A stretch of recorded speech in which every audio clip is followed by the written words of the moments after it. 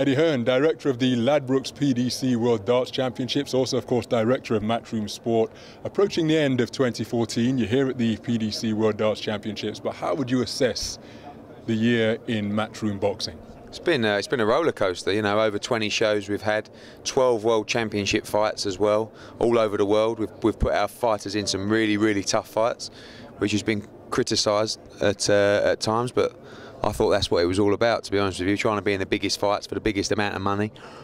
Some great nights, you know, Barker beating Gill for the IBF middleweight title, Froch beating Kessler, Froch against Groves, you know, controversy aside, a wonderful night, and you know, plenty more to come in 2014. Before we look ahead to 2014, let's reflect some more on 2013, a year that's just gone by. As you say, an incredibly emotional year with highs and lows. What was the high point for you from a personal standpoint? I think personally, probably the Darren Barker victory. You know, knowing what he'd come back from. You know, he's had many problems in his life through personal tragedy and injuries and illnesses. And sort of myself and Tony Sims, really a year ago, talked him back into fighting when he was in the wilderness, and we manufactured him a world title shot, and he went to Atlantic City and beat Daniel Gill, and that was, you know, a very memorable moment for us, very rewarding, probably from a boxing sense in terms of sort of distinction. Probably Carl Froch rematching Mikhail Kessler for the 2 belts, the IBF and the WBA super middleweight belts, and winning that was a big moment. But also, you know, although they got beat, taking some of the smaller names, because Gavin Rees is a former world champion, but into the Broner fight in Atlantic City, he was beaten in 5 rounds or so. And even Lee Purdy fighting Devon Alexander totally out of nowhere. It's great that those people get the chance to experience those kind of nights. And sometimes that can be just as rewarding. Tony Bellew went out and fought Adonis Stevenson and got beat. But, you know, all these experiences, in my opinion, you know, make you become a better fighter. And I think you saw that with Darren Barker, having lost to Sergio Martinez in late 2012. I believe that's one of the reasons he went on to beat Daniel Gill, because he'd already experienced Atlantic City and experienced the bright lights and the big nights in America prior to the Gill victory. With regard to the Darren Barker story, as you say, you've talked him back into the sport after all the personal physical injury problems, personal family tragedies and disappointments he's had in his life. Given that he's invested so much and it's been such a tumultuous journey for him to get to that world title, was it almost inevitable, or how strong an inevitability was it, that he was going to be a short reigning champion, given the struggle it was to get there? Yeah, I mean, I talked before the Stern fight about his desire, having given so much in the Gill fight. He really wanted to win. He trained really hard. He had some niggles in the camp, but he has niggles in every camp, as do most fighters. He's got an ongoing hip problem. He's had 2 hip operations. Sturm came in very motivated. Obviously, we went to Germany. The deal was too good to turn down. We had the rematch clause, still got it if we want. Ultimately, his body gave up on the night, and I think ultimately, if we're honest, he left a little bit of his, you know, the Gill fight took a piece of him. You know, he gave everything that night, and I don't think he's got much more to give. And you know, after the fight and back at the hotel, it was, you know, he had all his family around him. It was he had a look on his face, and his family had a look on his face of satisfaction in that, you know, they'd won the world title. And the reason that I wanted to bring him back into boxing is because I don't think he could have retired feeling like he's achieved what he could have achieved in the sport. And he's quite a complex character mentally, and I think he would have struggled to come to terms with that. And I feared for him in life outside of boxing, having not achieved his goals. I'm not saying those goals were necessarily to be a world champion, but just to compete at that level. And now that he's won the world title, I know that he could retire from boxing a happy man. Financially, he's in a great position, which is, again, the most important thing as far as I'm concerned for a fighter.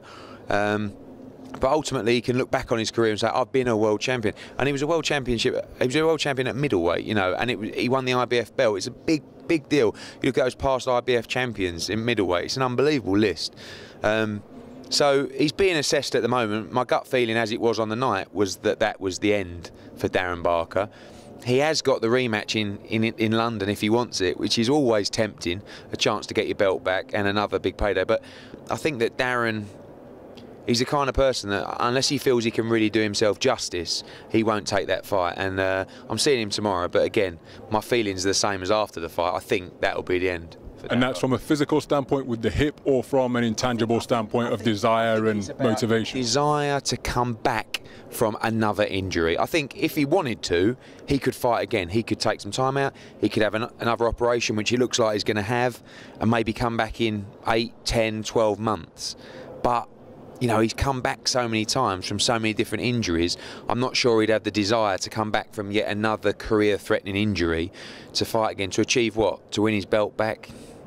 You know, he's been world champion, he's achieved a lot, and, you know, like he says, he wants to chase his kids around and you know, be in good health. And hip operations are no joke, you know, like, you talk about hip replacements, and they've already said to him, you may need a hip replacement in time, which is worrying in itself at 31.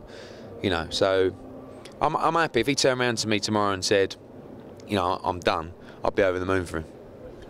Now, as you say, towards the end of the year, as part of that big run of boxing that Matchroom put on, one of the contests up in Manchester, Carl Froch against George Groves. Terrific contest. George Groves probably elevating his stock despite the defeat. Now, because of the manner of the fight and the way he performed and the manner in which it ended, what is the next step for both of those boxers? I know you've got an interest in Froch. Groves is a free agent.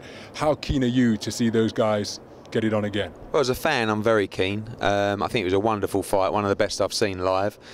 And it was controversial. I mean, from where I was sitting on the night, it felt like a good stoppage, and then when I watched it back, it felt like it was a bit early. Carl Froch is devastating in that position, and you would have to fancy him to go on to stop George Groves, whether it be in the next 10, 20 seconds or later in the round or in 10, 11, 12. He was starting to find a way back in the fight. Groves was brilliant in the fight. I mean, I've never seen so much drama as the first knockdown. That whole 20,000 people just went quiet, you know. But for me, there's too much money in the fight, there's too much demand for the fight for it not to happen again. But it takes time because there was a lot of ego involved in the fight. They don't like each other at all. They still don't like each other at all. Carl Froch probably feels like he doesn't really want to give George Groves another shot, and George Groves probably feels like he deserves a huge piece of the pie. So they're the stumbling blocks. But again, when everyone sits down, if everyone's sensible, I think it can get made, and I think it's likely to get made. But there's a lot of work to do. Well, we look forward to that announcement when that time comes, if it comes, when it comes. They're the guys that have been to the mountaintop, won world titles, challenged for world titles. How excited are you about the prospects you've got coming through? The Olympians, the younger fighters that are emerging as well. Martin J. Ward and, of course, the Olympic champs, Anthony Joshua and Luke Campbell. How excited are you about them? What does 2014 hold and beyond? Well, I think, you know, the two standouts, Luke Campbell and Anthony Joshua, the two gold medalists. I think the pedigree of these fighters, particularly Luke Campbell, had over, I think, 150 bouts as an amateur. He was the most successful amateur of all time. You know, won world championship gold, won Olympic gold. He's a phenomenal fighter. You know, already now, although it sounds strange, I don't feel as though he's that far away from world level. He's only had 4 fights now. And Joshua looks an extraordinary talent. More raw than Campbell, probably only 40 fights himself as an amateur, but already in the pro game he looks great. You know, from a charisma standpoint, from a personality standpoint, he's got all the tools as well. I think he can be a huge star in the game. But, you know, even beyond that, looking at the likes of, like, say, Martin Ward, Callum Smith looks like a great prospect, Cal Yafai, so many great fighters. And even just above that, you know, Lee Selby is a great fighter. Brian Rowe's going to challenge for the world title. Scott Quigg is already a world champion. Kevin Mitchell find a way back. Young Tommy Coyle in Hull. Tony Bellew will return at cruiserweight. There's so many. Kell Brooks on the verge of a world title fight. There's so many great fighters at Matchroom now, and so many world title opportunities. But the future really looks bright. But, you know, Joshua and Campbell are probably the two standouts moving into 2014. How crucial is your job and the job of the matchmakers? 4 guys like that, as you say, world silver for both Josh and Campbell, European gold for Luke Campbell as well, and that Olympic title. So how crucial is your job as a matchmaker, given the skill set that they have? How do you go about matching them without them getting bored and without putting them in too deep too quickly? Yeah, it's a mixture really. I mean, some nights you're going to get easier touches than others, but I want to step them up at a constant pace. But it's just a case of sucking it and see on each different level. So, you know, Joshua, for example, You know, he fought an undefeated fighter in his first fight, fought more of a journeyman in the second fight, fought an Eastern European with a fairly decent record in the third who was quite poor. Next he'll fight Dorian Darch, which is quite a nice step up. And the good thing about that is he'll fight him in Cardiff, which is Darch's hometown. He'll have big support there. And it'll be a new experience going to the Lion's Den.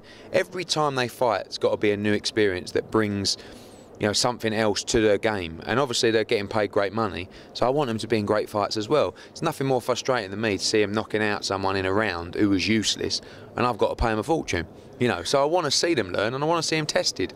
Obviously they won't be tested to the full in their first 4, 5, 6 bouts, but I think they've both got the ability, and definitely Campbell, to fight for the British title in the next couple. And when you look at the depth of the heavyweight division, Anthony Joshua, for example, I believe can fight for the heavyweight title in 4 or 5 fights.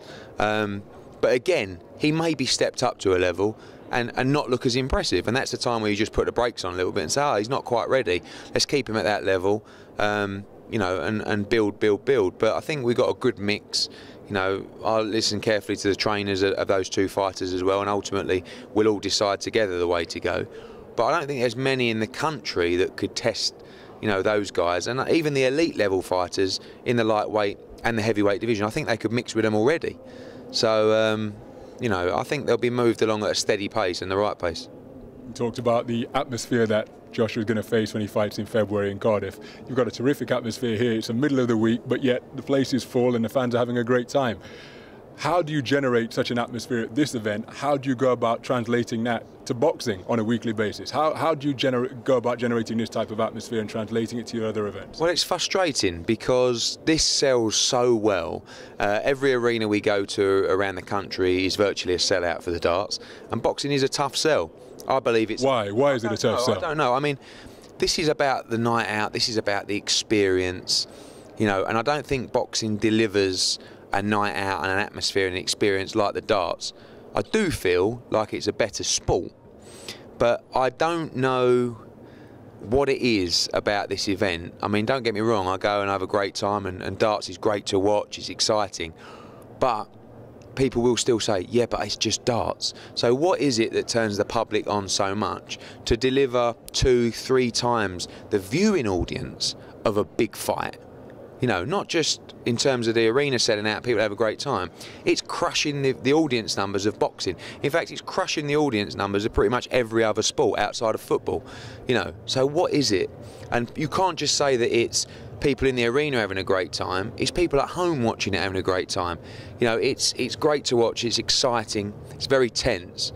But there's something about the culture in that hall that makes people love it, and I'm trying to bring a little bit of that to boxing, because the formula here is right, and it's about people leaving the arena and the hall thinking they've had the greatest night ever, and that's what you want to always give to a fan as a promoter, whether it's boxing, whether it's darts, or whether it's snooker, you know. And there's no one who leaves here without saying that was a brilliant night. Indeed, all the fans are having a great night. A lot of fans having a great night at your Matchroom Boxing. We hope to see more of it in 2014. You've given us a terrific insight here on Tungsten Tales. Neddy, all the best for this season, and very best in 2014 as well. Thanks, Ron.